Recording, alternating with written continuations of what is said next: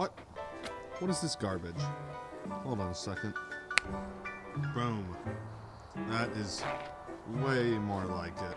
Looks way more like a fishing kayak now. Alright, well, it is about darn time I make this video. The rundown of the yak, the primary source of fishing, catching, the main piece, the heart and soul of this channel, the fishing kayak, and of course the bank. Honestly, the bank maybe, but where did I even go with this? I should have planned more. A big part of this channel and my fishing, not career, my fishing is this vessel right here. The ultimate fishing kayak. No biased opinion here. And it's about darn time I run this thing down. I actually get a decent number of questions, comments on what I put on my kayak. By the way, before I do anything, everything on this kayak will be in the description, except for like stuff like the line on my fishing reels and stuff, but everything else will be in the description.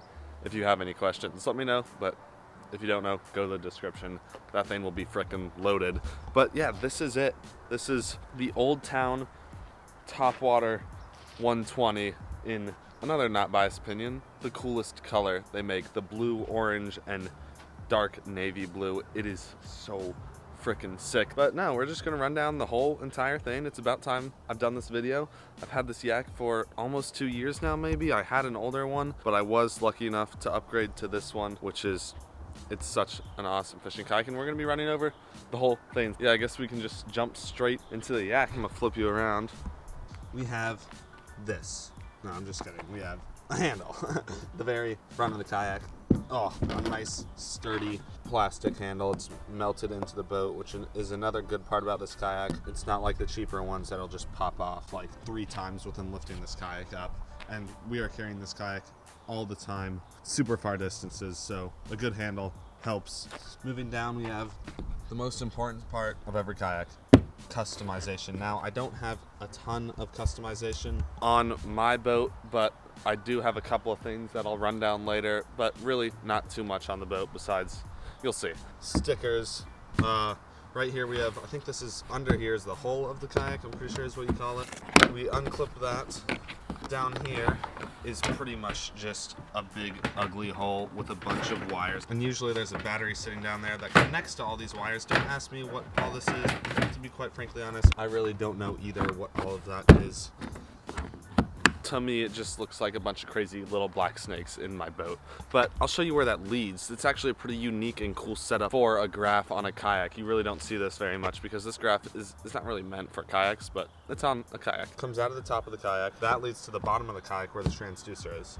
This power cable and the other transducer cable lead through this little tube, which was all customized, out this end, come back around and into the beautiful next piece of our boat. This bad boy, probably one of the most important parts of this yak, is this graph. This mini TV, if you will. This thing is a frickin' tank. It's a 7-inch, in the description, 7-inch low rinse, whatever you say, hook reveal, and it is quite the piece of equipment for a fishing kayak. And don't even get me started. This RAM mount, it comes with just the TV part, the monitor or whatever. This RAM mount right here literally costs like $100. It's stupid. It's like 1/4 of the cost of the actual graph. It's actually crazy. But that's where all those wires lead. Also, if you have any ideas for customizations, let me know. I'd like to customize this thing a lot more, but I need ideas, guys. I need ideas. I'd like to have some sort of compartment space that I could put in there. Right now, it's just a giant hole. But moving down or kind of back up, we have pedals right here, one right there, one right there. These are adjustable. Honestly, to be honest, I either have 2 different sized legs or one of them is always shorter than the other. It's weird. Either I have deformed legs or they're just uneven pedals. They're aggravating. I don't know why.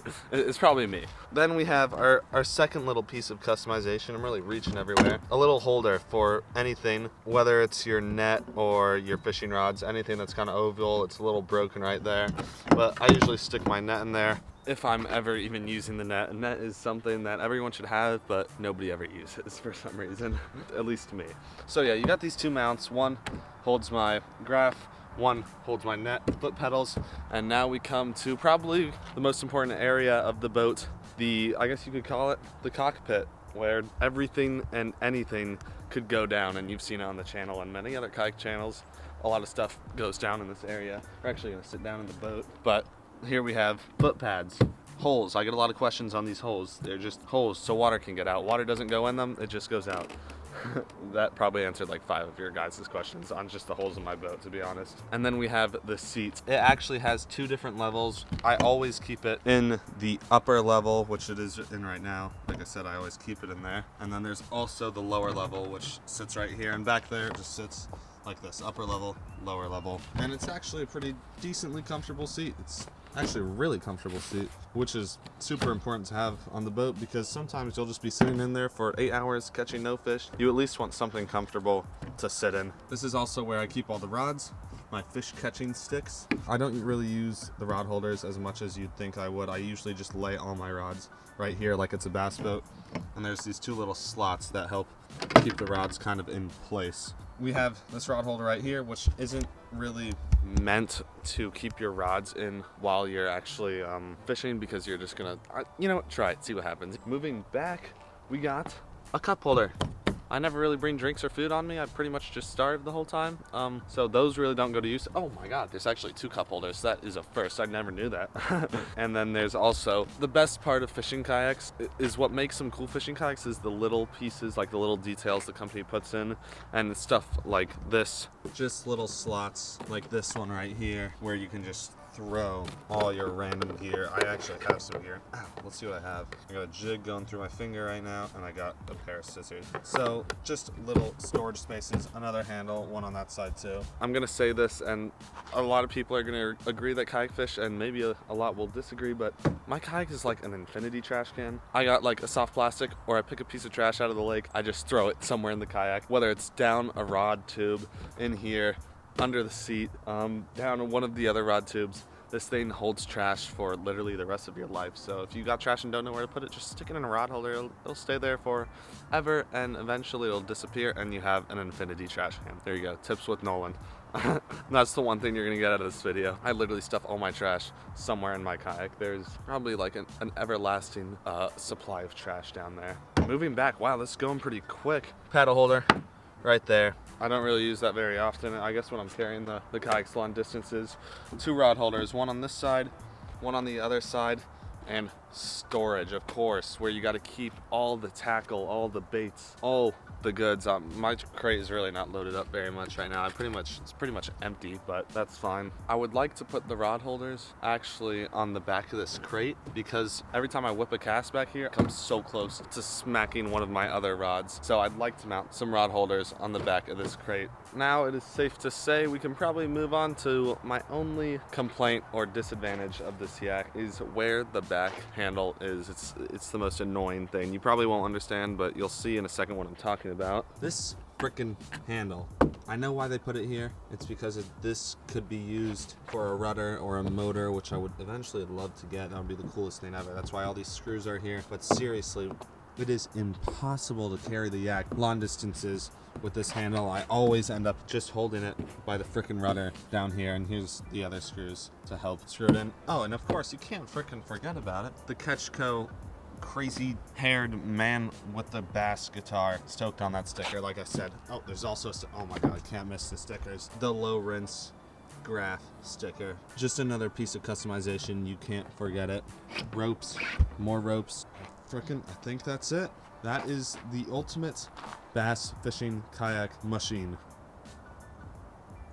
It's finally about time I make and finish this video and give it to you guys, because some people are probably wondering the setup, and I hope this actually got to some of you guys and you either learned something or I answered any questions.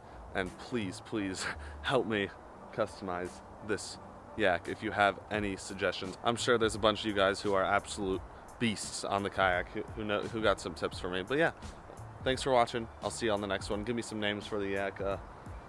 We are getting on some fish soon. Peace out.